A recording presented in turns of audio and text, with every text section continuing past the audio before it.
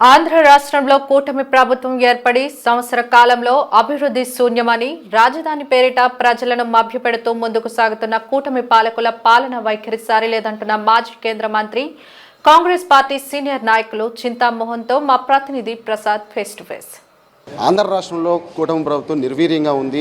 ఇచ్చిన హామీలను ఏ ఒకటి కూడా అమలు చేయడం లేదు. ముఖ్యంగా కాన్సన్ట్రేషన్ అంతా కూడా అమరావతి మీదే కేంద్రీకృతం చేస్తున్నారు. అమరావతిని కూడా బూటకపు రాజధానిగా తీర్చిదిద్దుతున్నారన్న ఆరోపణలతో అయితే కనుక ఈరోజు సీనియర్ కాంగ్రెస్ పార్టీ నాయకులు మనతో మాట్లాడడానికి సిద్ధంగా ఉన్నారు. అయితే చూద్దాం ఏమంటారు అనే విషయం అయితే. సార్, అసలు ముఖ్యంగా గడిచిన సంవత్సర కాలంలో కూటమి ప్రభుత్వం యొక్క పాలన తీరు ఏ విధంగా ఉందని మీరు అనుకుంటున్నారు?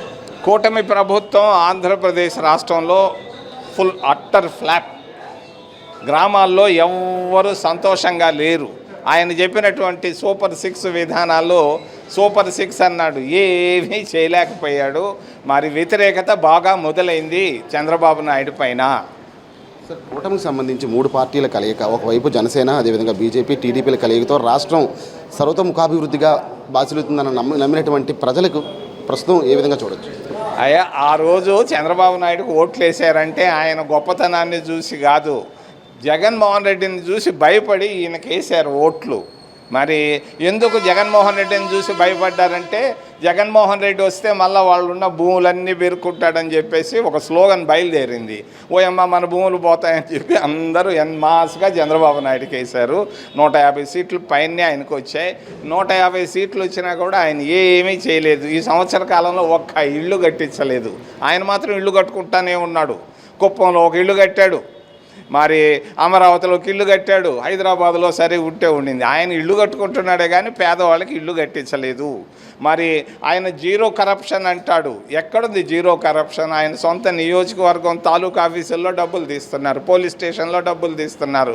రాష్ట్రంలో 150 మంది ఎమ్మెల్యేలు ఉంటే దాదాపు 90% మంది డబ్బులు కలెక్ట్ చేస్తూ ఉన్నారు. డబ్బులు ఏంటి, ఏ పని ఏ ఎమ్మెల్యే చేస్తున్నారు?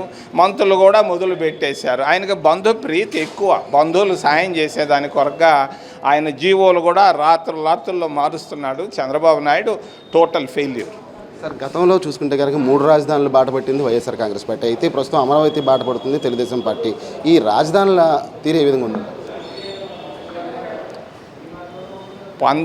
70 సంవత్సరాల క్రితం టంగుటూరి ప్రకాశం పంతులని ఒక ఆయన లీడర్ ఉండేవాడు. నీలం సంజీవ్ రెడ్డి అని ఒక ఆయన ఉండేవాడు. ఇక్కడ గౌతు లచ్చన్న గారు ఉండేది, అక్కడ ఎన్జి రంగా, అక్కడ తరిమెల నాగిరెడ్డి ఉండేవాళ్ళు. ఆ రోజుల్లో గౌతు లచ్చన్న గారు చెప్పారు, ఎన్జి రంగా గారు, తరిమెల నాగిరెడ్డి గారు చెప్పారు, తిరుపతిని రాజధాని చెయ్యండి మంచిది అని. మరి ప్రకాశం పంతులు, నీలం సంజీవ్ రెడ్డి ఇద్దరు కలిసి కర్నూలుకు తీసుకెళ్లారు. కర్నూలు నుంచి హైదరాబాద్ పోయింది, హైదరాబాద్ నుంచి తుళ్ళూరు వచ్చింది. మరి ఈ విధంగా మారుతా పోతా ఉంది. కారణం ఏంటంటే, ఒక నిర్ణయం తీసుకునేటప్పుడు అన్ని విషయాలు ఆలోచించాలి. నీళ్ళల్లో రాజధాని కట్టాలంటాడు, 3 అడుగులు లోతు మట్టి తీస్తే 4 నీళ్ళు వస్తున్నాయి. మరి నీళ్ళల్లో రాజధాని ఏం కడతాడు? మరి దానికి కావలసిన డబ్బు 10 అంతలు పెరుగుతూ ఉంది. అక్కడే విమానాశ్రయం కట్టాలంటాడు 5,000 ఎకరాల్లో. ఈ ఆలోచనలు కొంత బాగా లేవు అని నేను అనుకుంటున్నాను. నా మనసులో ఇది నా వ్యక్తిగత అభిప్రాయం.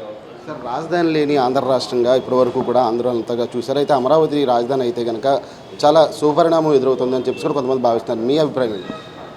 అసలు హైదరాబాద్ నుంచి రావాల్సిన పని ఉంది మనకు. అదేదో కేసీఆర్ ఏదో కేసు పెట్టాడనే కదా పరిగెత్తింది. వీడికి అవసరం ఏముంది? 20 ఏళ్ళు 10 ఏళ్ళు ఇచ్చారు, ఇంకొక 20 ఏళ్ళు మనం పెంచుకోముందు కదా. ఎందుకు పరిగెత్తావు హైదరాబాద్ నుంచి అమరావతికి, తుళ్ళూరుకి? అర్జెంటుగా వేసావు, చేయలేకపోయినావు. మరి 26 జిల్లాలు ఉన్నాయి. 26 జిల్లాల్లో వాళ్ళ మనోభావాలు తెలుసుకోకుండా నువ్వు సొంత నిర్ణయం తీసుకుంటే ఎవరు సహిస్తారు? రాయలసీమ వాళ్ళు యాక్సెప్ట్ చేయటం లేదు అమరావతిని. అమరావతి రాజధాని అనేది రాయలసీమలో కావాలని వాళ్ళు అడుగుతున్నారు. నువ్వు కర్నూలుకు హైకోర్టు ఇస్తానంటే హైకోర్టు వల్ల ఏం ప్రయోజనం? మధురైలో కూడా ఒక కోర్టు వచ్చింది, అక్కడ ఏం ప్రయోజనం దానివల్ల? మధురైకి కాదు. మరి అన్ని విషయాలు ఆలోచించి ఆచితూచి అమరావతి పైన నిర్ణయం తీసుకోవాలని నేను సున్నితంగా చంద్రబాబు నాయుడుకు తెలియజేస్తాను. యువత అభ్యున్నతి, మహిళా సాధికారతే లక్ష్యంగా కూటమి ప్రభుత్వం ముందుకు వెళ్తోంది. రాష్ట్ర అభివృద్ధి లక్ష్యంగా కూడా 2 పడవల మీద అభివృద్ధి, సంక్షేమం 2 కళ్ళుగా భావించి ముందుకు వెళ్తున్నామని చెప్తున్నటువంటి నాయకులు మీరు ఒక్కడికన్నా ఉద్యోగం ఇప్పించాడా చంద్రబాబు నాయుడు? ఈ 15 సంవత్సరాల్లో నేను అడుగుతున్నా. ఒక్క పేదవాడికన్నా సహాయం చేశాడా ఈ 15 సంవత్సరాల ముఖ్యమంత్రిగా? ఆయన వల్ల బాగుపడ్డది ఎవరు బాగుపడ్డారు? ఆయన బంధువులు తప్పించి ఎవరైనా బాగుపడి ఉంటే చేతులు ఎత్తమను, నేను వాళ్ళకి పోయి పూలదండలు వేస్తాను. మంత్రి నారా లోకేష్ ఆధ్వర్యంలో విద్యారంగ వ్యవస్థ అంతా కూడా చాలా స్పీడ్గా అభివృద్ధి చెందుతుంది.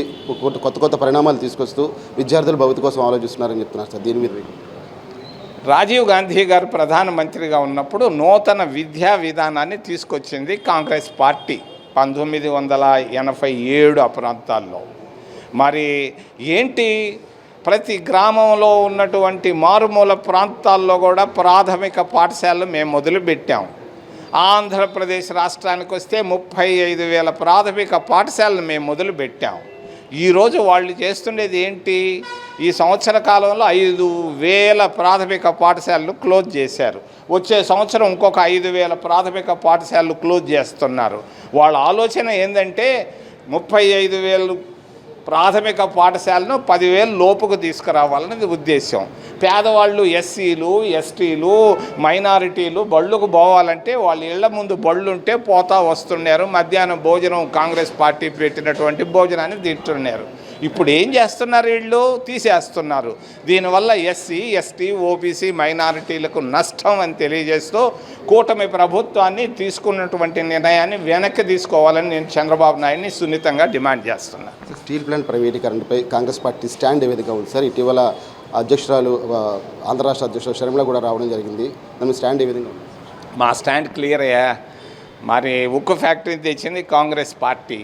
మేము ఉక్కు ఫ్యాక్టరీని ప్రైవేటైజ్ చేయము, దాన్ని ప్రభుత్వ రంగ సంస్థగానే మేము మెయింటైన్ చేస్తాం. మా ప్రభుత్వం రాగానే వీళ్ళు తీసినటువంటి పిచ్చి పిచ్చి ఆలోచనలన్నీ క్లోజ్ చేస్తాం. కాంగ్రెస్ పార్టీ పూర్వవైభవం రావడానికి ఇంకా ఎంతకాలం పట్టే అవకాశం ఉంది సార్? సీనియర్ నాయకులుగా చివరి ప్రశ్న, ఎక్కడ?